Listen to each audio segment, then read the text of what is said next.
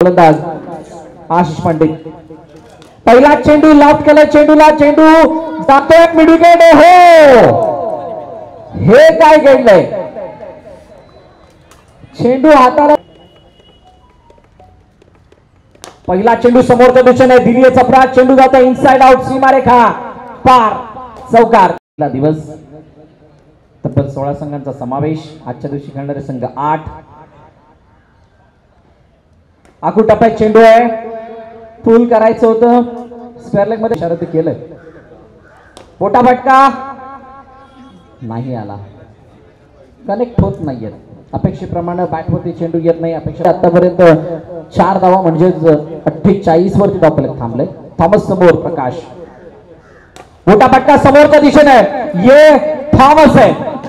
ये थॉमस की पावर है और ये थॉमस की बादशाह है 60 है 12 धावांची अजूनही गरज थॉमस समोर आशिष आणि यावेळेला लपेटलाय प्रॉपर कनेक्शन आहे स्वॅप केलं चेंडूला आणि चेंडू निघून गेलाय सरळ स्वर सीमारेखा पार मोठा फटका आडव्या बॅटने खेळलं जरूर मिड विकेट मध्ये क्षेत्ररक्षक आहे